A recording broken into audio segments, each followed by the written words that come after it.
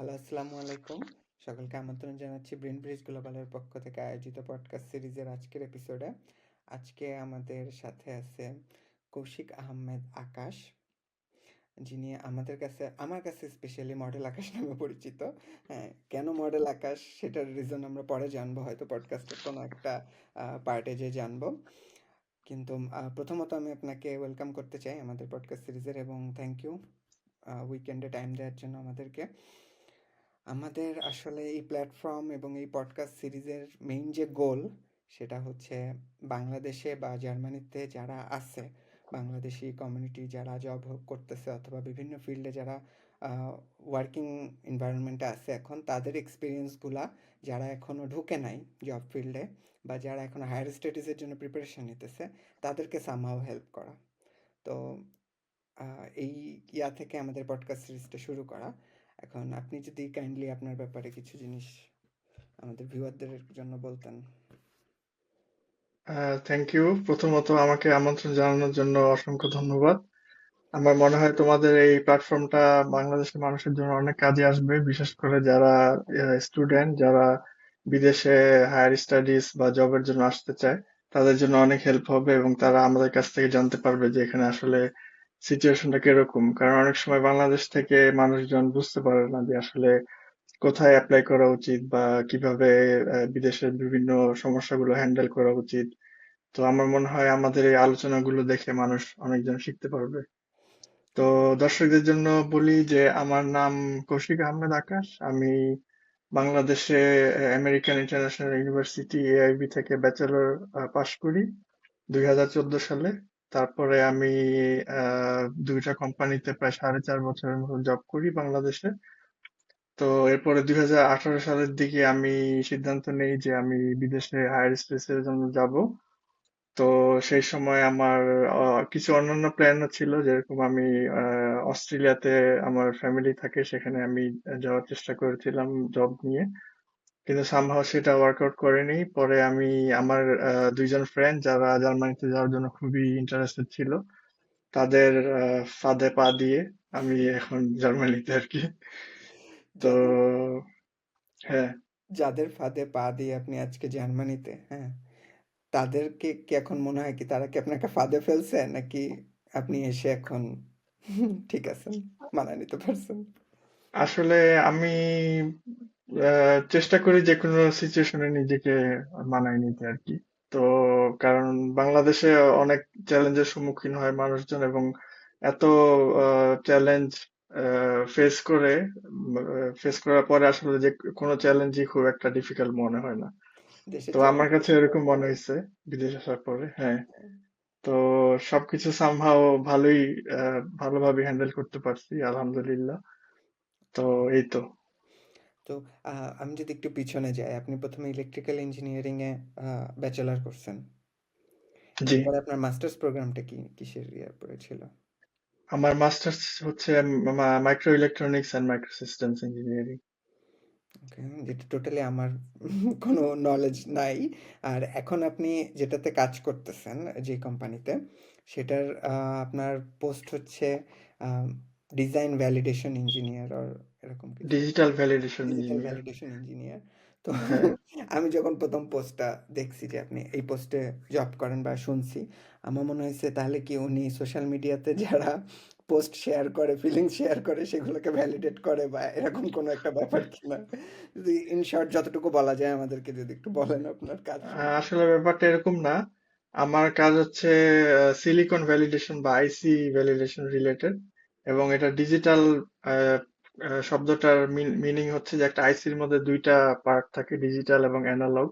হুম, তো আমাদের কাজ হচ্ছে ডিজিটাল পার্ট নিয়ে।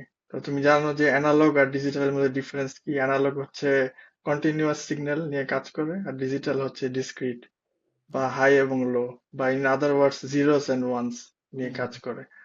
আর ভ্যালিডেশন মানে হচ্ছে তোমার পোস্ট সিলিকন, এর মানে হচ্ছে যখন একটা চিপ ম্যানুফ্যাকচারিং হয়ে আসে হুম, তখন আমরা সেটা নিয়ে কাজ করি। আর এর প্রিভিয়াস যে পার্ট আছে এটাকে বলে প্রি সিলিকন, বা ওটাকে বলে ভেরিফিকেশন। তো এটা হচ্ছে আমার পজিশনের ব্রেকডাউন।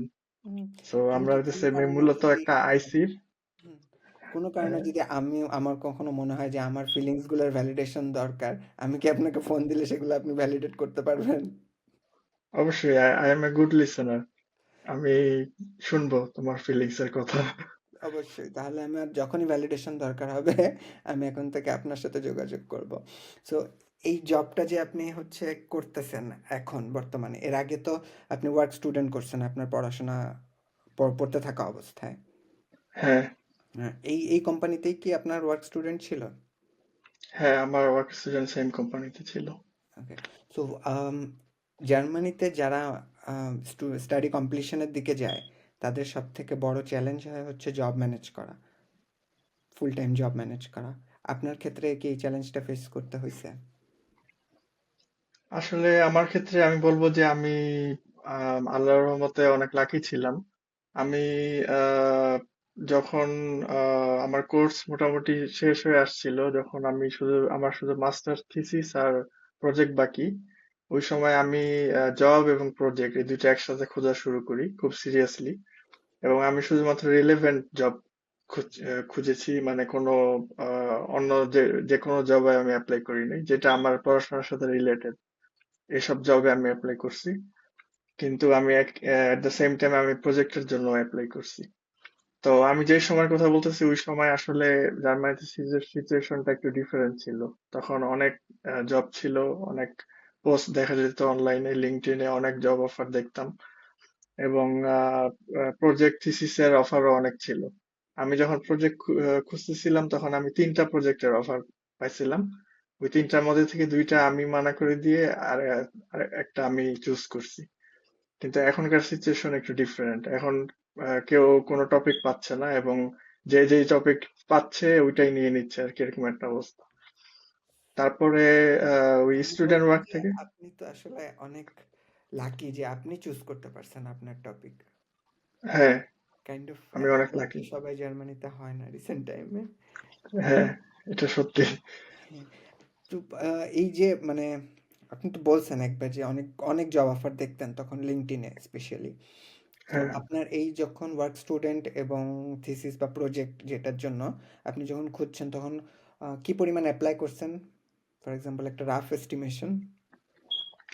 আমি হয়তো 30 থেকে 40টাতে অ্যাপ্লাই করছি তার ম্যাক্সিমাম। মধ্যে থেকে আপনি তিনটাতে অ্যাকসেপ্টেন্স পেয়ে গেছেন। হ্যাঁ, মানে প্রজেক্টের ক্ষেত্রে আমি আহ, মূলত আমার ভার্সিটি সব জায়গায় অ্যাপ্লাই করছি, এর মধ্যে থেকে আমি 3টা অফার পাইছি। হুম। আর জবের ক্ষেত্রে আমি প্রায় 30-40টার মতো অ্যাপ্লাই করছিলাম, এর মধ্যে থেকে 2টা ইন্টারভিউ এর অফার পাইছি। তো এর মধ্যে সেকেন্ড ইন্টারভিউ যেটা, সেটাতে আমি এখনো জব করতেছি। ওয়াও! সো এরকম পিকি মানুষ আমি জার্মানিতে খুব কম দেখছি, হ্যাঁ? যে যারা হচ্ছে স্পেসিফিক তাদের ফিল্ড বাদে আর কোথাও এপ্লাই করে নাই, হ্যাঁ? এবং ওই গণ্ডি থেকে বের হয় নাই। সো আপনার কি মাইন্ড সেটআপ ছিল যে আপনি কেন এই গণ্ডির বাইরে যাবেন না? আম, কারণ আসলে আমি সবসময় চাইতাম এরকম একটা কাজ করবো যেটা আমি এনজয় করি, হুম। এবং আমি যেই বিষয়ে মাস্টার্স করছি এই টপিকটা আমি এনজয় করি, এবং আমি এখন যেখানে জব করতেছি সেটা আমি এনজয় করি। তো এই কারণে আমার কাছে এটা অনেক ইম্পর্টেন্ট ছিল যে আমি এরকম একটা কাজ করব যেটা আমার করতে ভালো লাগে। তো এই কারণে আমি সবসময় টপিক মানে দেখে আমি অ্যাপ্লাই করতাম আর কি। তো তার মানে আপনার কাছে হচ্ছে আপনি সেই কাজটাই করবেন যেটা আপনার করতে ভালো লাগতেছে। আদারওয়াইজ জব লাইফ আপনার ভালো হবে না, হ্যাঁ? এই হ্যাঁ, এই জিনিসটা তো আসলে জব করতে যে গ্রো করে মানুষের। এটা কি আপনার বাংলাদেশে জব করার পরে মনে হয়েছে যে আসলে কাজ এনজয় না করলে কাজ করা পসিবল না? কিছুটা বলতে পারো, বাট আবার আরেকটা রিজন হচ্ছে যে কমফোর্টেবল যে ব্যাপারটা, কেউ যখন কোনো কাজে ভালো নলেজ থাকে বা সে এনজয় করে ব্যাপারটা, তখন কিন্তু অটোমেটিক একটা পারফরমেন্স ভালো চলে আসে। কিন্তু সে যদি কাজটা এনজয় না করতে পারে বা তার যদি ভালো নলেজ না থাকে, তাহলে কিন্তু তার সেখানে কনফিডেন্ট ফিল করবে না, এবং কাজের ক্ষেত্রে কনফিডেন্ট ফিল করাটা অনেক ইম্পর্টেন্ট।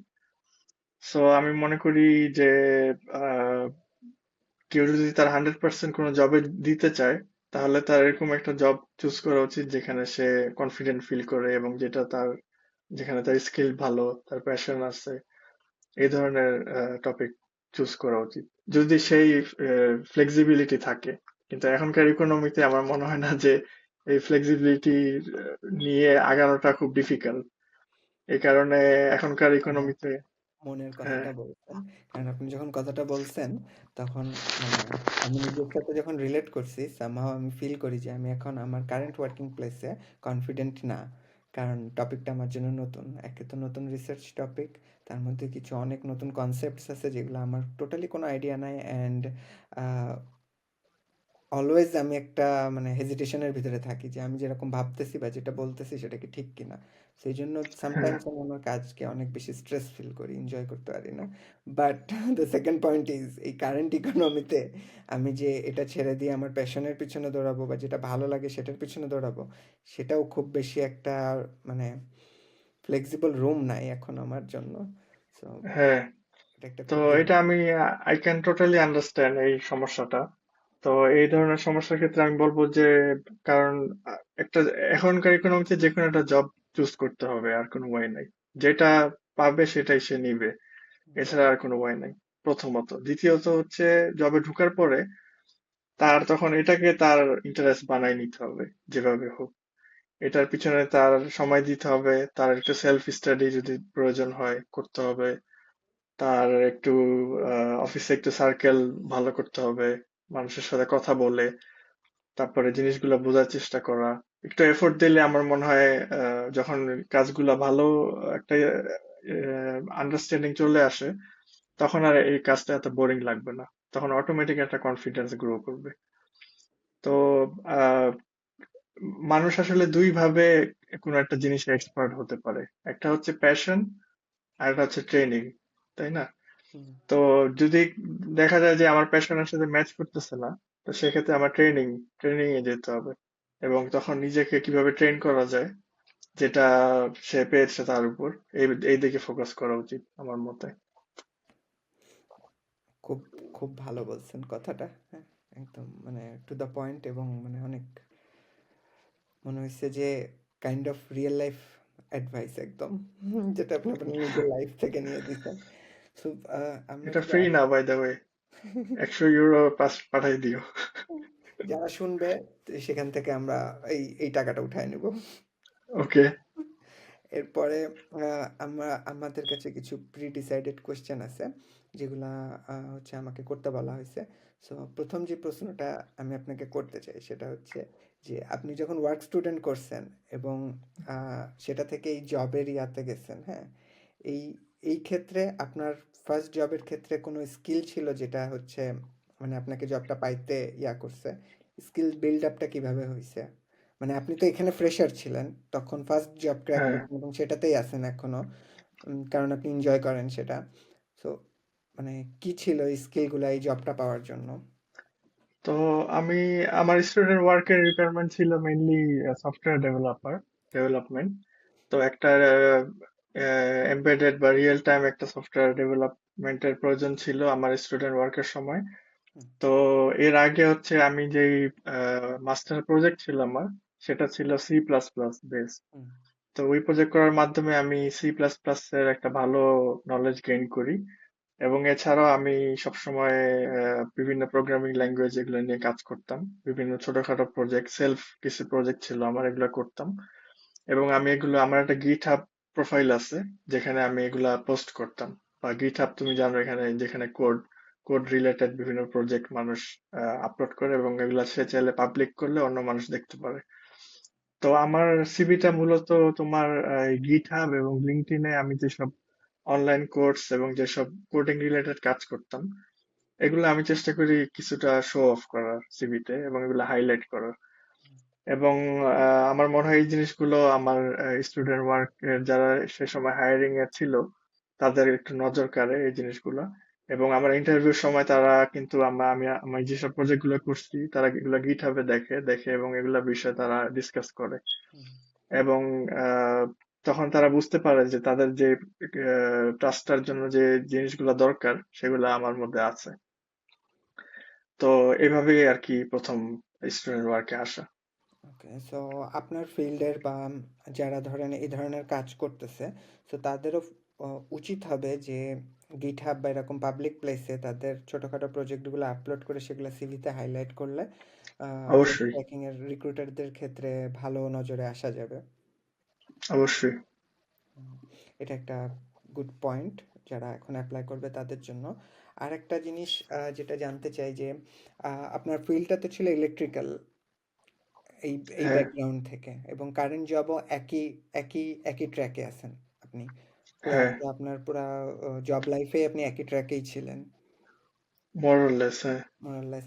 তো এই এই ট্র্যাকটা আপনি এনজয় করতেছেন দেখেন, দেখে আপনি এখনো এই ট্র্যাকে আছেন, বাট আপনার ট্র্যাক থেকে কি মুভ করে অন্যদিকে যাওয়ার অপরচুনিটি আপনার হাতে ছিল?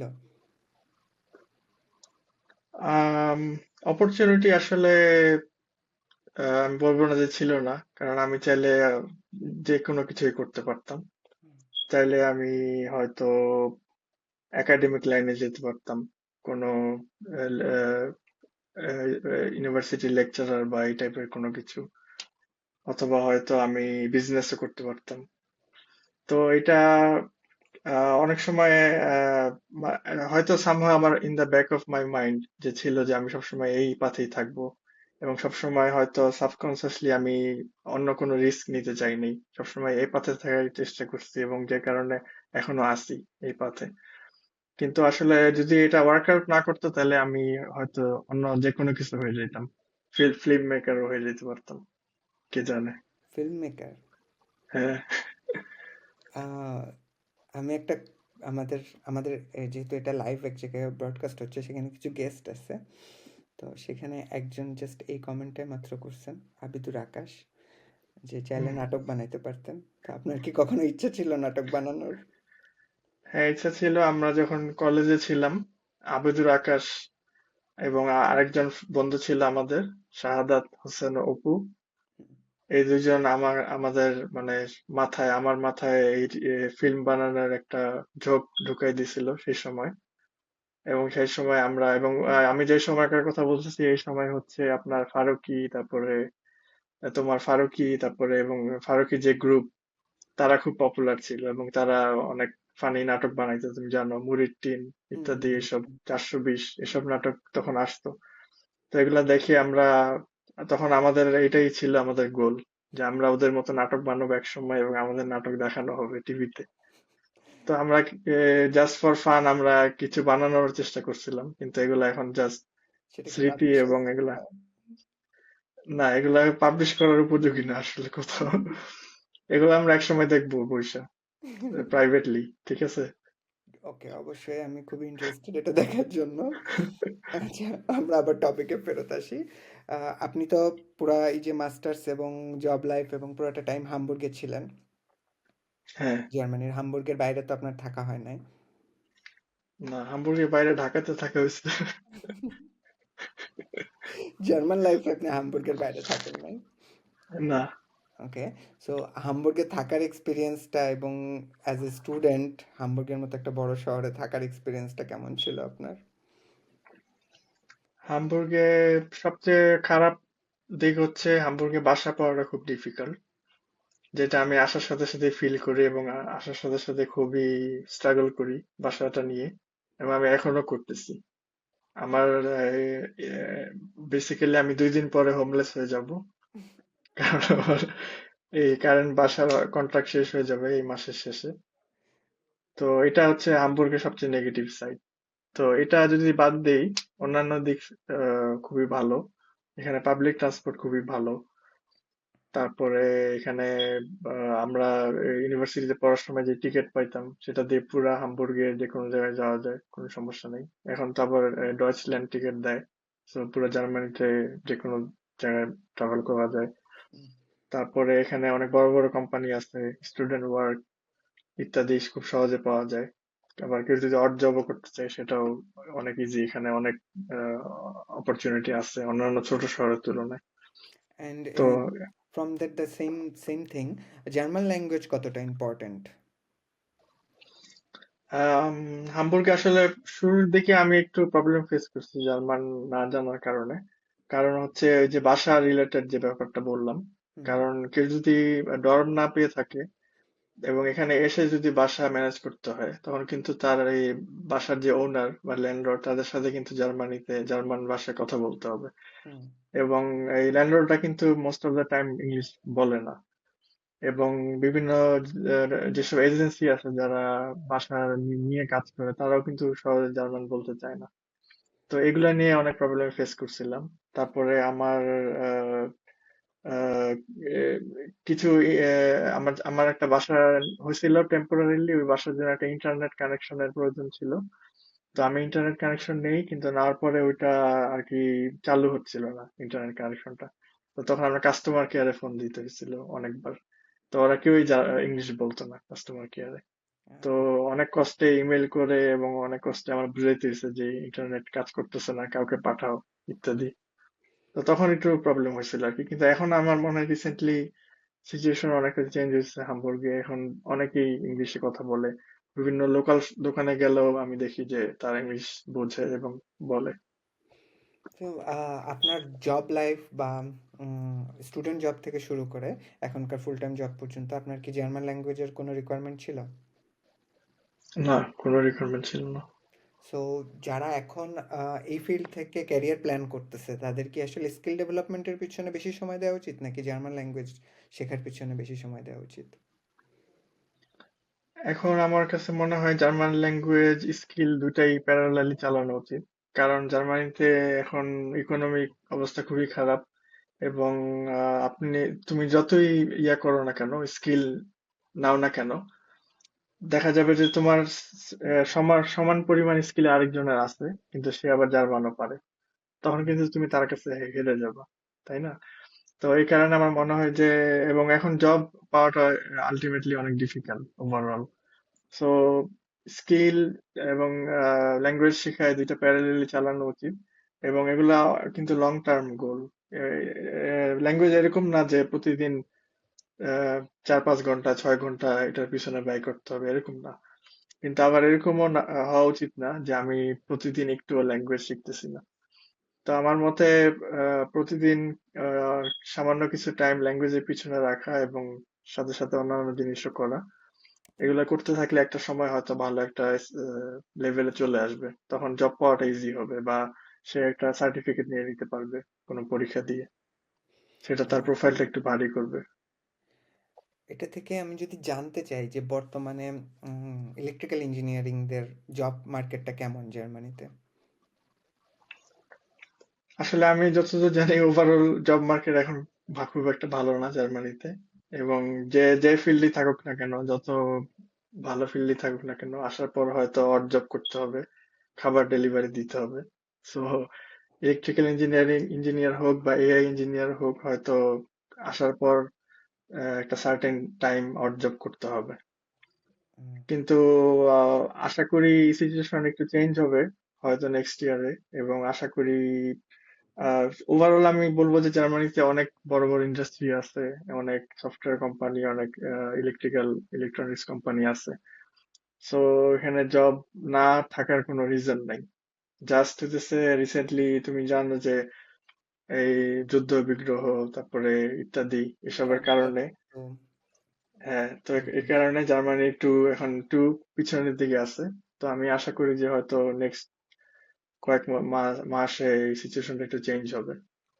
সো এখন যারা আসতেছে তাদের এটা মাথায় রাখতে হবে যে আপনি যেরকম পিকি ছিলেন আপনার ফিল্ডের ব্যাপারে জব অ্যাপ্লিকেশনের ব্যাপারে, এরকম পিকি তো এখন হওয়াই যাবে না এই কারেন্ট না। ইকোনমিতে।